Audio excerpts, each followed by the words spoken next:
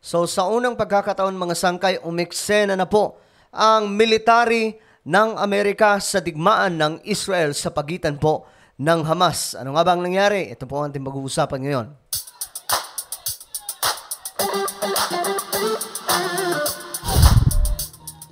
Bago tayo magsimula mga sangkay, pakisubscribe po muna yung ating channel.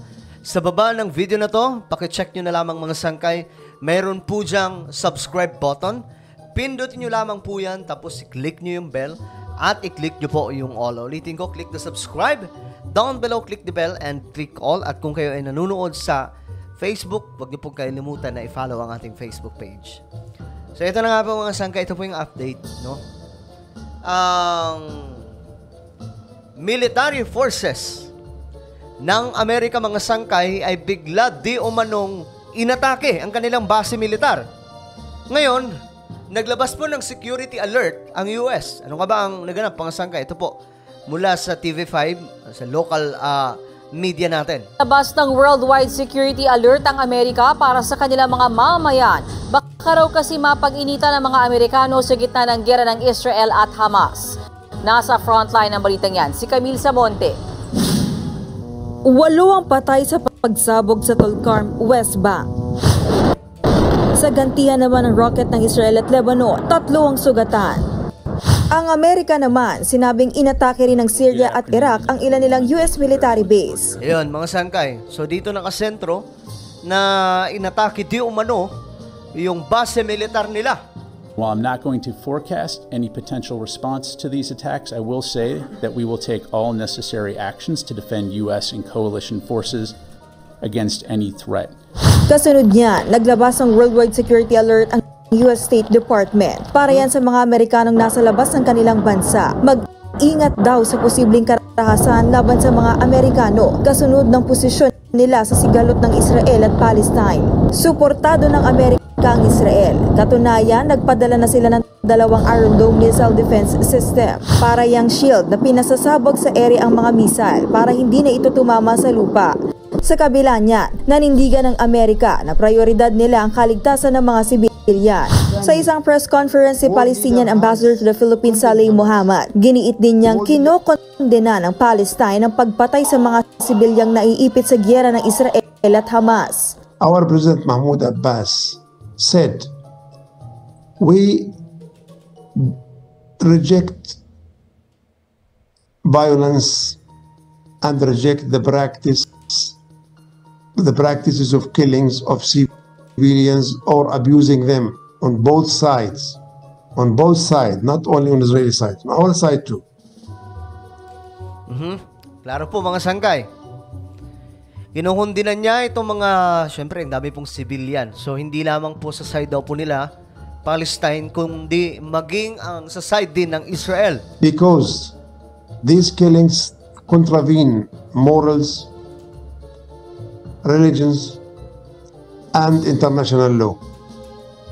So, we stick to that position. Dismayado raw siya sa mga world leader na sumusuporta sa Israel. Anya, mahalaga rin naman ang buhay ng mga Palestinian. Pero tila binabaliwala raw ito at hinahayaan lang ang paghihiganti ng Israel. Palestinian life matters. Our life is not lesser than Israelis' life. Innocents are innocents. World leader has condemned Hamas. World leader has shown sympathy and solidarity with Israel and declared that they understand and they support the right of Israel to defend themselves. Nagpahayag din ng pakikiramay si Ambassador Mohammad sa mga Pilipinong nasawi sa giyera.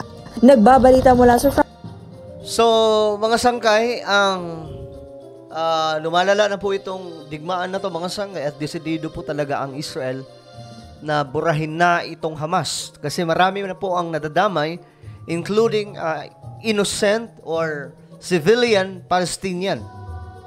Okay, mga Palestinians, mga sangkay na hindi naman talaga kasali sa digmaan na ito. Ang ginagawa po nitong Hamas ay ginagawa po nilang shield. Itong mga kapwa nila Palestinian lang din. Tapos isisisi po nila, for example, meron po silang kuta na pinagtataguan. Natural, sila po ang tatargetin ng Israeli forces. So, ang mangyayari, magpapalipad po ng rocket ang Israel papunta sa lugar na yon. Tapos, ang tatamaan, mga sangkay, itong mga walang kamalay-malay at hindi po talaga sila kasali.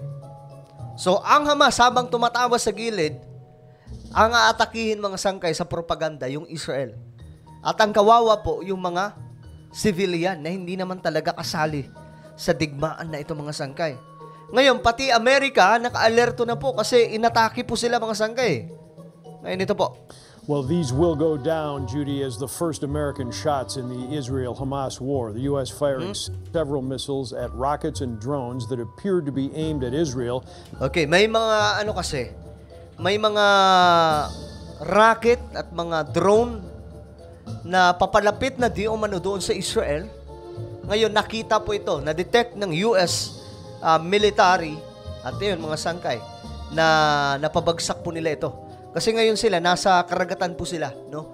Maliban po sa may mga base militar talaga sila sa kalupaan, sa Middle East, dito din po sa karagatan, naka-okupa sila, Mediterranean Sea, mga sangkay, para po, just in case, mayroon pong lulusob na mga kalaban ng Israel, nasa dagat po dadaan, nakabantay po sila. The attempted attack originated in Yemen, intercepted by an American destroyer afloat in the Red Sea and assigned to a U.S. Navy strike group in the region. So galing pa lang Yemen itong mga rocket at saka drone na papunta na sana sa Israel. Numerous American air defense missiles brought down rockets fired from Yemen that appeared to be headed toward Israel. The missiles sent up from the USS Carney, seen here coming through the Suez Canal yesterday. According to Pentagon officials, the American destroyer last night intercepted 3 land attack rockets and several drones that had been launched by Iran-backed Houthi forces in Yemen. So, Iran talaga yung nasa likod na ito, mga sangkay. Wala na po talagang iba. Ayon sa lumalabas mga sangkay na intel report, Iran po talaga yung backup sa gulo na ito eh.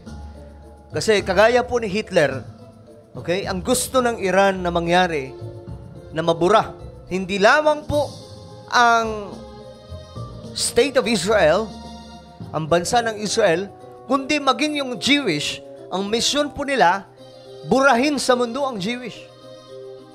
Ito po yung gusto ng Iran na mangyari. Same sa mission na ginawa noon ni Hitler, na more than 6 million Jewish ang nasawi.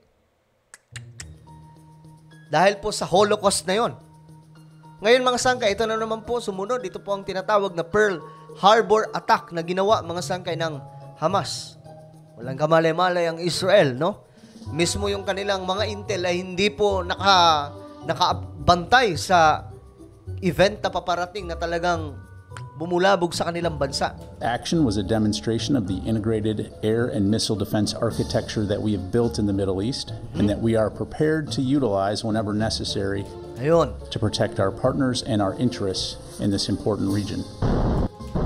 The incident complicates an already tense situation here in Gaza, Grabe, tingnan nyo to. Tingnan nyo yung nangyayari. where Hamas terrorists hold more than 200 hostages, including Americans, and other U.S. citizens are trapped and can't leave the war zone, including Elgin native Emily Rauschenberger, her husband, and their 5 children who were visiting his parents. The nights are terrifying because So, yan po ang ginagawa ngayon ng Hamas. Yung mga tao doon na pwede nilang madagit mga sangkay, yan po yung gagawin nilang panangga. Diba? So, sino yung mga supporter dito ng Hamas? Na tuwang-tuwa sa ginagawa ng Hamas ngayon. Again, hindi po Palestine ang kalaban dito ng Israeli. Never po nilang binanggit na ang kanilang kalaban, mga Palestino. Kasi nga po, mga Palestino pa nga ang kanilang pinagtatanggol dito dahil sa ginagawa ng Hamas. Ginagawa po nilang shield yung mga Palestino para masira ang Israel. Tanyo yung hospital? Sino matake? Mga sangkay. Sila lang din. Kanino isinisi? Sa Israel. Kaya mga sangkay ito, buti na lang nandun po yung US ngayon. Ito daw po yung una nilang, kumbaga, pagpapaputok ng missile o rocket, mga sangkay, ng mga kalaban ng Israel. At ngayon, hindi ko alam kung kailan po nila gagawin itong ground offensive na pinakamalaki, mga sangkay sa Israel. But anytime, bugulatin na lamang po nila itong Hamas. Kasi ang kailangan ngayon ilikas yung mga civilian po talaga. Kasi hindi magiging epektibo yung kanilang mission as long as may mga civilians na nasa loob.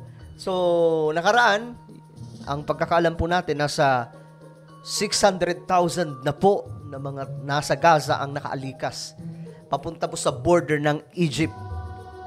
Kawawa din po talaga ang nangyayari sa Palestinians kasi itong mga inosenteng to, hindi dapat sila nakakaranas ng ganitong problema kung hindi sinimulan nitong Hamas na wala pong ibang gustong gawin kundi magasik ng kasamaan dyan sa Middle East.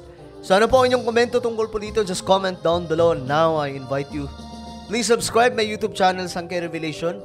Hanapin nyo po ito sa YouTube, then click the subscribe, click the bell, and click all. Ako na po ay magpapaalam. This is me, Sangkay Janjan. Palagi nyo pong tatandaan that Jesus loves you. God bless everyone.